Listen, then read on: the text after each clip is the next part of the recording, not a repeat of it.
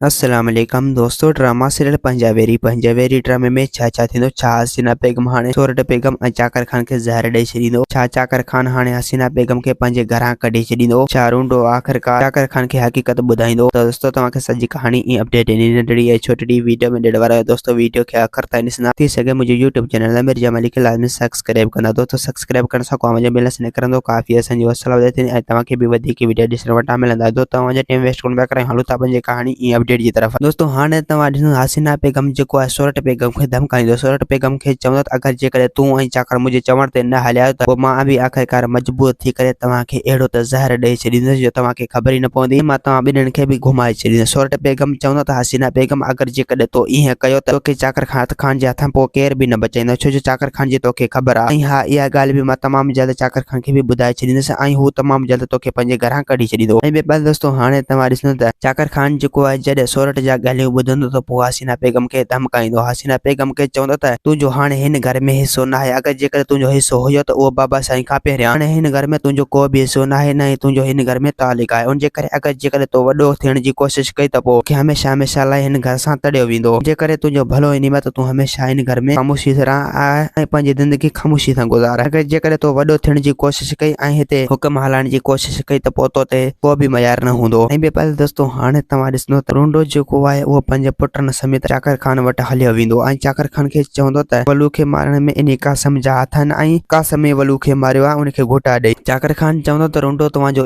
भलो इन में त तव्हां जेको आहे सही हकीकत मूंखे ॿुधायो। अगरि जेकॾहिं तव्हां न हकीकत ॿुधाइण जी कोशिशि कई त पोइ हमेशह हमेशह लाइ मां तव्हांखे कासम वांगुरु क़ैद करे छॾींदुसि। रूंडो चवंदो त न बाबा साईं इहा ई हकीकत आहे ऐं असां पंहिंजे अखियुनि सां इहा ई ॾिठी आहे त कासम खान जेको आहे वलू खे घोटा पियो ॾे ऐं उनखे घोटा ॾेई उते मारे छॾी, उनखे चुरण जो बि मौक़ो न ॾिनई। दोस्तों उम्मीद है कहानी आई हूंदी तव्हांखे पसंदि। असांखे ॾींदा हाणे इजाज़त, वरी तव्हां सां मिलंदासीं के नई वीडियो में। जैसी थी मुंहिंजो ख्यालु रखना। खुदा हाफिज़।